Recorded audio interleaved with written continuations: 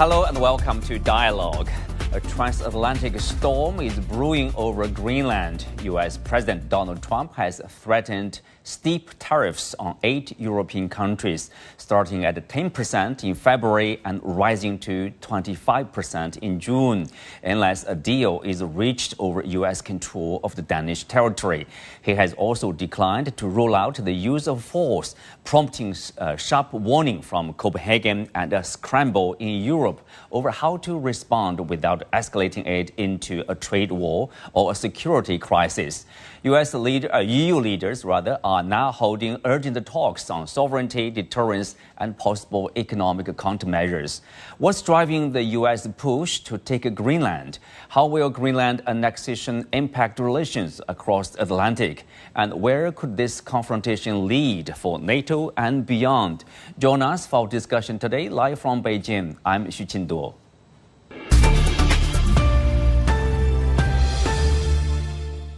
Well, joining me today are Wilson Zhu, Special Advisor of Copenhagen Post, Professor Iain Begg at the London School of Economics and Political Science, and Harvey Dzodin, Senior Fellow at the Center for China and Globalization.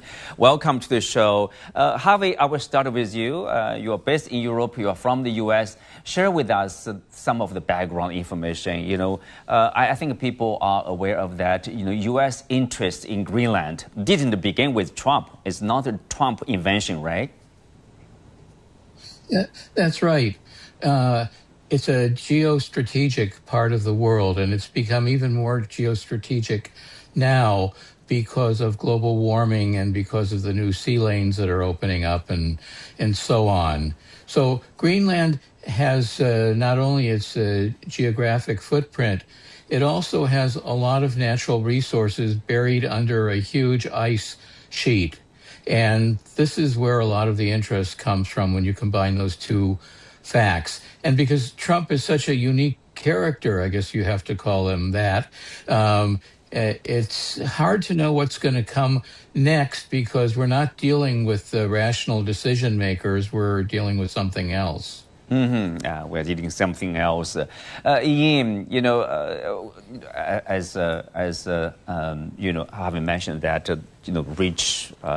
Greenland is rich with materials, of course, and also a very important position. But given this relationship between Washington and NATO countries, including Denmark here, it has full access, commercially, investment or trade. It has also access militarily. I think U.S. can get everything they want without the ownership of Greenland. But why Trump is so obsessed with, sovereignty of Greenland? Well, you're certainly correct that he could obtain everything he wants, whether from a military or a commercial perspective, by negotiation with Denmark, which is notionally the sovereign for Greenland, to obtain everything he wants in protecting the U.S. and in having the opportunities to exploit the minerals and other natural resources in Greenland. But it's in a way, it's old-fashioned imperialism. This is saying, I am a hegemon for the Western Hemisphere. He's already been emboldened by his, what we would have to call a success in Venezuela, and he thinks that he can do what he wants. And this is a rather dangerous development for the world because it shades into a form of imperialist autocracy rather than being something that's subject to the usual checks and balances of the US system. The Congress, as your previous guest already mentioned, is compliant and doesn't really seem to hold Trump to account, in spite of that being its function within the US system. So there's something going wrong in the nature of American democracy at the moment, which is enabling Trump to have his way on just about everything. Wilson, from Copenhagen, I don't think there's a fair amount of representation of Danish voice. It's good to have you. Share with us your opinions. What's the public concern? What's the public response from the government to the people? How are they seeing the development? Trump basically, he believes he can get what he wants. Here, in this case, the Greenland. Are people ready to face a harsh reality, or what else can they do to stop him? Thank you for having me. Greeting from Copenhagen. As you might know, Denmark is or used to be the happiest nation in the world, but not nowadays. You can see people getting very sad. The moon tend to be very angry per se. And all my Danish friends and Greenlandic friends, they're not so easy to wake up every morning with the new threats from Washington, from Miami. So basically, this is in Danish way, as a leader said, I'm quoting here, we can trade with people, but we do not trade people. So this is the absolutely red line for Denmark and also for Greenland. They made their case very clear. Greenland is up to the Greenlandic people and up to the Kingdom of Denmark. Okay, this is Iain. This is the red line for the Danish people. Is this also the red line for the European Union as a whole? Well, it's a red line for the European Union because they respect the notion of sovereignty. If Trump wants to trample on sovereignty, then for the European Union, that goes beyond even the kind of appeasement he's been given so far. But it's also a big question for NATO. Denmark is a member of NATO. The great majority of European Union countries are members of NATO, as is Canada. And by the way, geographically, if you look at a map of where Greenland is, it's far closer to Canada than to the United States. So there might well be a place for Canada taking over Greenland rather than the United States. And then if you look at other bits of NATO, Turkey, the other countries that would like to be members in the Balkans, all of these are countries which are part of the European family, including the UK. So it's not just the European Union, it's the whole European NATO plus Canada, which is likely to oppose this move. There is a significant threat to NATO if they gang up to oppose Trump. He can then just turn around and say, well, you've exploited our security guarantee for decades. You are finally, under my pressure, doing a little bit to increase your own defense spending. But if you want to go on your own, fine. The US will let you go away and don't expect us to help you if things go wrong with the Russians. Exactly, that's a threat we'll touch upon later on. Harvey, if you look at the development, I mean, in Greenland, it is also kind of personal here for Trump. His frustration over not receiving the Nobel Peace Prize from the media. We know that he, according to him, he no longer feels obliged to think, quote, purely of peace. He will think about the U.S. interests, what's proper, what's for the U.S. What does this reveal about foreign policy decisions are being, framed inside the White House? And how should Europe respond to such, kind of a personification of foreign policies here? I think that what has to be done is, from the European side, a show of strength, because Trump only understands strength. This whole business about the Nobel Prize, it shows Trump's level of emotional intelligence, his EQ, and it doesn't seem to be very high. It may match his IQ, unfortunately, but he has a fixation on the Nobel Prize. He didn't get it. He's angry about it, and he wants Greenland. He told some interviewer that he thinks of Greenland as a piece of property that he can possess, because he thinks of things in terms of being a property developer, and that's his life and his career.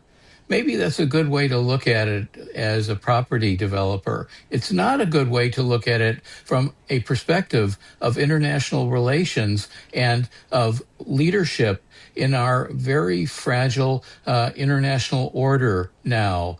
I don't see this getting very much better in the near term, at least before the congressional elections, if there are congressional elections, when this might change. We're going from bad to worse. We have a situation, if you look at the public opinion polls in United States, Trump is bleeding support, especially over Greenland. Venezuela was nothing compared to this. People are really upset about this in America, and he doesn't care. He just wants this bauble, this bauble called Greenland, and I hope it's going to lead to his undoing.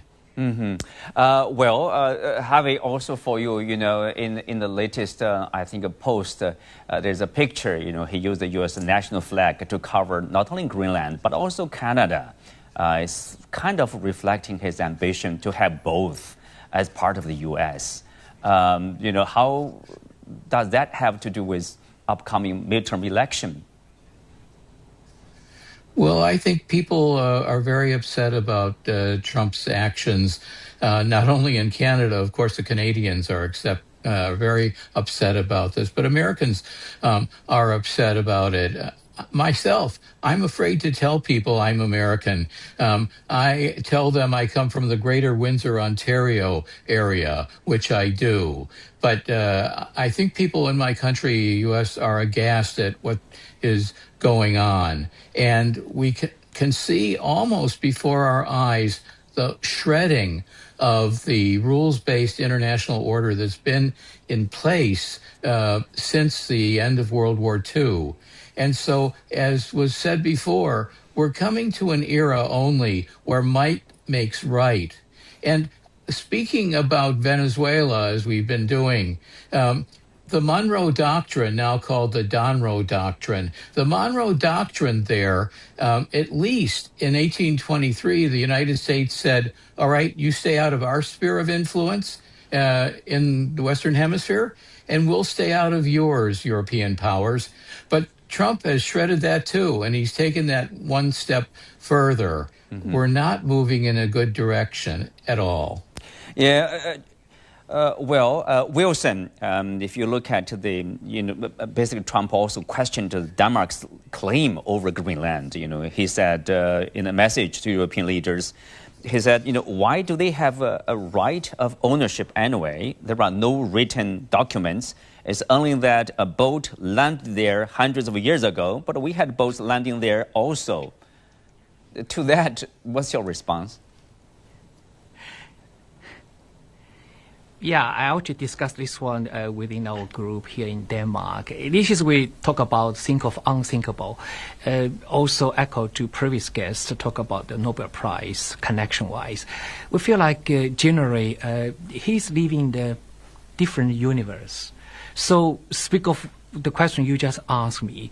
It's like two good neighbors. You've been together. You've been living. It's a neighborhood for many years. All of a sudden, you ask for proof of his documentation to prove his legitimacy.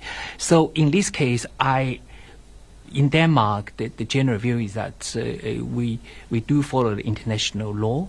We do have the legitimacy, the sovereignty, and so everything is on the place. There's no ambiguity in this matter. So this is another way. It's like people in Denmark, they are very sort of quiet people.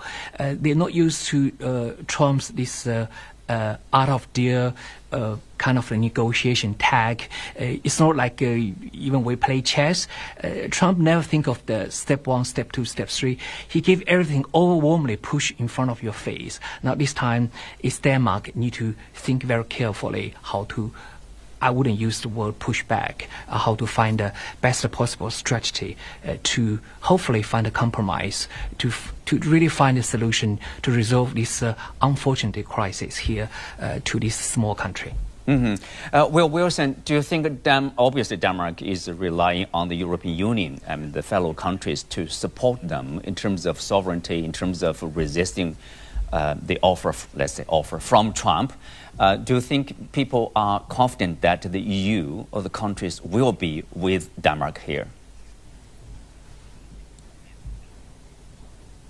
You're right. At this moment, you talk about EU here, or we're Nordic, also Nordic group, European group, also by large NATO.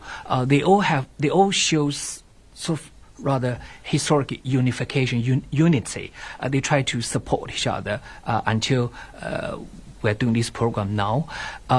So basically, Denmark, they used a rather diplomatic approach to really to find a solution through the dialogue.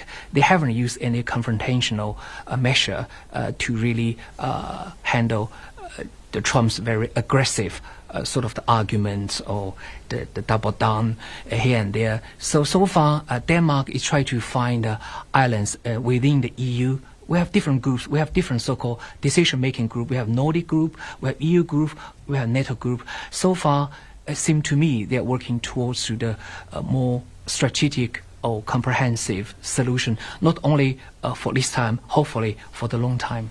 Well, Iain, in terms of, in response to the discussion of possible countermeasures from the European Union, of course, people mentioned about this trade bazooka, very powerful anti-coercion instrument. And the U.S. Treasury Secretary Bessent said that, sit back, calm down, no partner or no country want to escalate trade tension with the U.S. Obviously, he's trying to calm the things down. Do you think the Europeans, they have the necessary weapons to fight back, to protect themselves against Trump? Well, it's usually a question of how much pain you're prepared to take if you deploy a weapon. If you remember what happened between China and the US, Xi Jinping and the Chinese authorities in general said, no, we're not tolerating your measures that are going to hit China very hard. And in the end, Trump backed down. Then he backed up again, then he backed down again. So it's Trump's capriciousness, which is part of the story. The EU is not devoid of power. It's a big economy, especially when you add the countries which are also associated with this, like Norway, the UK. That makes it even bigger. So it's not impotent. Their approach so far has been to say we will try to accommodate what Trump wants and not to oppose him. But I think that mentality is in the course of changing. Macron is particularly vigorous in France in saying we need to change this.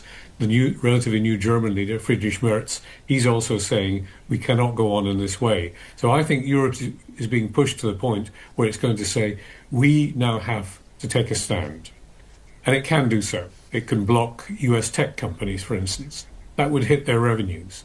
It's already has ideas for blocking, for example, the exports of bourbon, soybeans, things that matter for the Americans. And by targeting in that way, there is plenty of opportunity for Europe to say, enough. Don't keep going in this direction, because if you do, we both lose. We will suffer some pain from it, you will suffer some pain from it, and we both need to understand that it's silly for us both to suffer pain. But Iain, here's a question, of course, people ask whether there is the solidarity required inside the European Union to face up, the Trump pressure, let's say. Do you think other countries agree with, say, France and Germany, to stand up to Trump? Not all of them. I think you can see something like Hungary and maybe Slovakia, which are in some ways a bit more pro-Trump, a bit more pro-Russian in other debates. But the great majority of European countries are going to say, we are not prepared any longer to be pushed around to the degree which Trump has been doing up to now. And if you look at the countries which are potential rebels against that, they are small. Hungary is a population of 10 million, Slovakia a population of under 5 million, out of a total of European countries, if you include the UK and Norway, of 500 million. That's right. Harvey, on Monday in an interview, Trump declined to rule out the use of force to seize Greenland. Do you think that's realistic for the U.S. to use force against the Europeans? Of course, it's not realistic. It's bonkers. But if you use the word, is it possible? With Trump, anything is possible. So you can't rule it out. So we're dealing with somebody who operates at an emotional level. He doesn't operate at a strategic level, or he doesn't follow rules that have been established for decades or centuries. So I wouldn't put it past him, but I think if he does that, it would seal his fate if there's ever another American election, which he has said several times there's no need for. So I'm very worried as an American, and I think that he could deploy forces there just as he's deployed forces within the United States who are like the Gestapo that are shredding all laws domestically. He could do this internationally as well. Harvey, would you mind, talking more about, earlier you mentioned about like the upcoming midterm election, or the absence of the elections. What do you mean? Well, Trump has said there's not going to be any need for any other elections because he believes that he's happy to be president and doesn't see any need for a change. From a legal perspective, what we're talking about is the Insurrection Act, because American military is barred from acting domestically, except in the case of an armed insurrection. What does that mean? It means some invasion from the outside.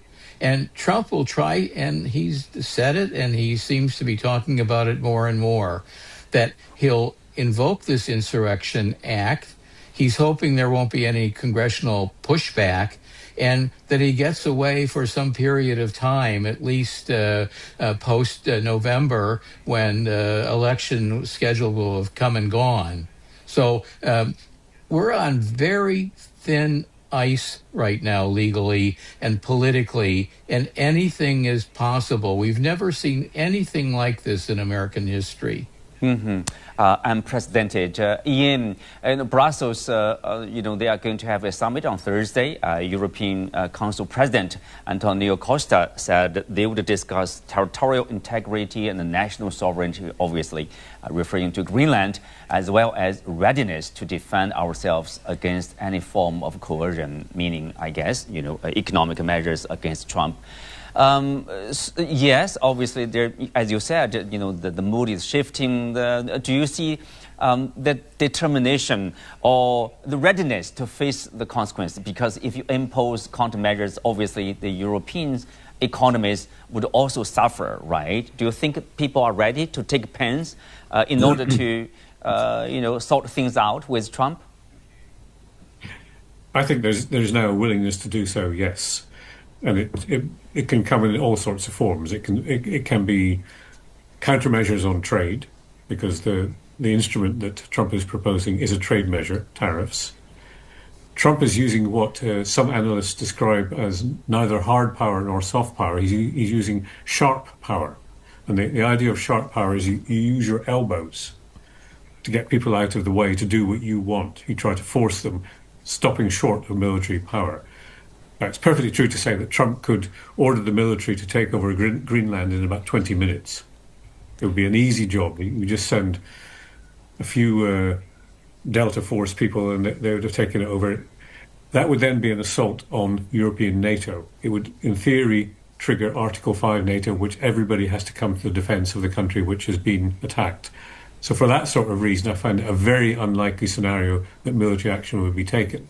But the Europeans are, I think, getting to the point where they say, enough is enough. We can't go on, using a very prejudicial Chinese term, kowtowing to Trump in a way which is ultimately damaging us. And just can I make one note on the question of elections in the US? Go ahead, please. Yeah. I am far from as pessimistic as Harvey on this, because I think the US system is far more robust than we understand it to be sometimes. Trump can try to override Congress, but at some point Congress is going to fight back. Individual senators and representatives are going to say, he's threatening my seat in Congress, and will therefore say it's time for us to fulfill our actual role in the American Constitution.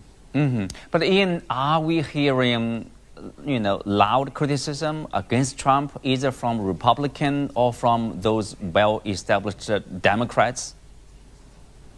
Democrats, certainly, but an increasing number of Republicans are saying this is going too far.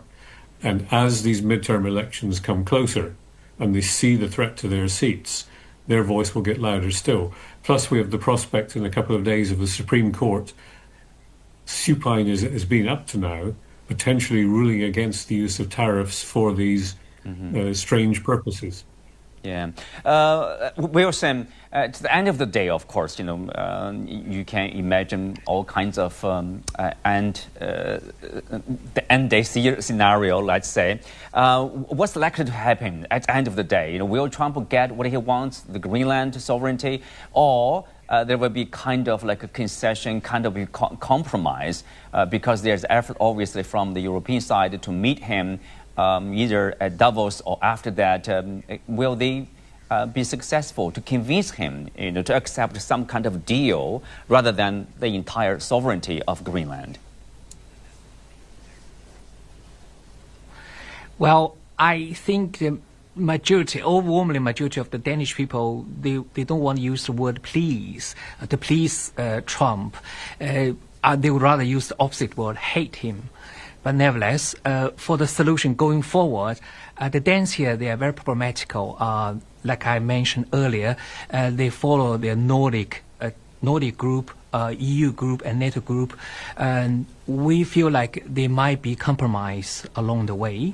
But of course, as I mentioned in the opening question, they do have their fundamental red lines no for the sovereignty integrity. So I think this is also different parties working here domestically in Denmark, also out of Greenland, and they're also hoping their base scenario for them is hopefully through the diplomatic route, through hopefully economic exchange. I wouldn't say coercion or trade war. So these two ends to avoid a military solution. Hopefully there will be compromise. They will have long-lasting peace here in the High North. Well, Iain, Trump appears to be... This is what people here in Denmark wish for. Yeah. Right. Well, Iain, as some observers say, Trump appears to be reviving a logic that the power can override sovereignty. This kind of practice echoes with, moments in history, such as Nazi Germany's claim over Austria and Sudetenland, or Imperial Japan's justification for seizing Chinese territory of Manchuria. Maybe this is reading too much of this move over Greenland, but still, what's the likely impact in terms of international relations, in terms of the relationship between European countries and with Washington, with the U.S.? In 2 words, deeply damaging is the potential impact. Trump has a case. He's perfectly entitled to say there is a security threat, probably coming more from Russia than from China, but he adds China to that security threat in the Arctic. And therefore, having the capability to install equipment and defensive forces in Greenland makes sense from Trump's point of view. But the lesson I would draw from Venezuela is that he overthrew the Maduro regime, except he didn't. He then reappointed Maduro's deputy as the president. And what's the interest there? It's resources. This is Venezuelan oil in Lake Maracaibo.